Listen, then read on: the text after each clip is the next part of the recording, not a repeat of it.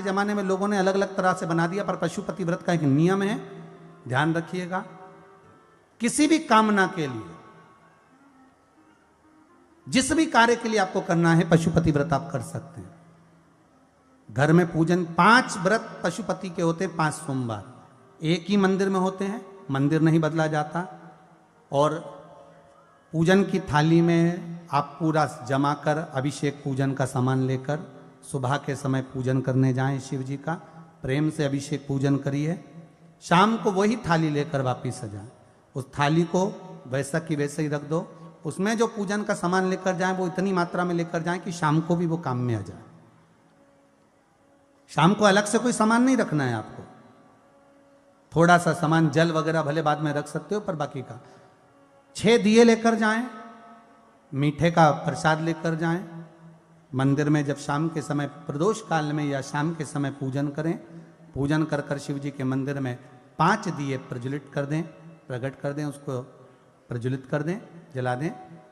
मीठे का जो प्रसाद लेकर गए हो उसके 3 हिस्से कर दें, 2 हिस्से भगवान शंकर के सामने रख दें।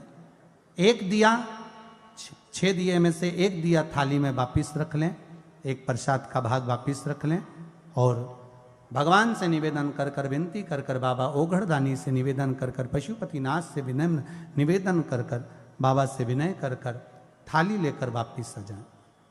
जो अपनी कामना है वो पहले व्रत में ही कह दे बाबा से, और वो थाली लेकर आए।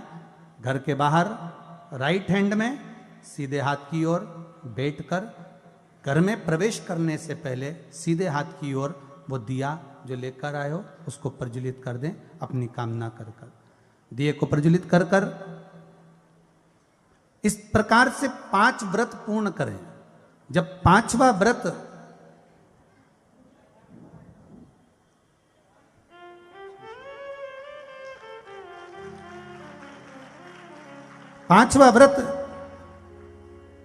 जब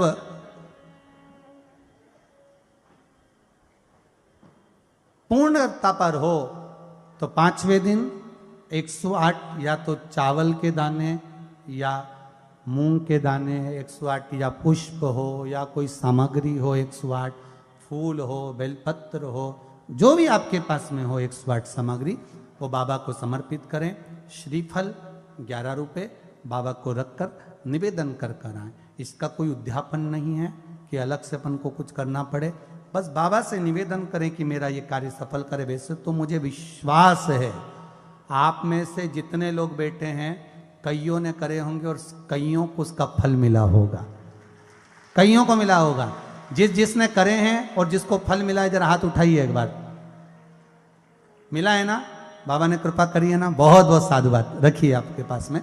तो पशुपति व्रत का एक विधान है कि आप उसको दिल से, हृदय से, मन से बाबा को रिझाकर प्रेम से करिए। केवल 5 व्रत करना है और उस 5वें व्रत में समापन पर, विराम पर, उस 5वें व्रत में आप बाबा को जो भी आपका निर्मल भाव है वो समर्पित कर कर 108 बेलपत्र, चावल, मूंग, कुछ भी बाबा को चढ़ाकर पुष्प आदि बाबा से निवेदन करें और पशुपति व्रत अवश्य धारण करें। ये व्रत अगर बीच में कभी रजस्वला धर्म आ जाए या घर से कहीं जाना पड़ जाए तो आप व्रत को करें। मतलब इस व्रत का एक नियम है कि आप सुबह फलाहार कर लें, शाम को भोजन, बस भोजन शाम को करना है। जो भोग लगाया है अपने प्रसाद लेकर आए हो, एक हिस्सा प्रसाद का लेकर आए हो, भोजन करने से पहले सबसे पहले उसी को खाना है। उस प्रसाद के हिस्से में से किसी को नहीं देना है, चाहे घर में बच्चे हों चाहे बड़े हों, वो भाग केवल आपको ही ग्रहण करना है। पशुपति व्रत का नियम। इस व्रत के करने से जीवन का एक सुख प्राप्त हो जाता है, जो भी आपका कार्य है वो सफल होता है। तेरे दरबार की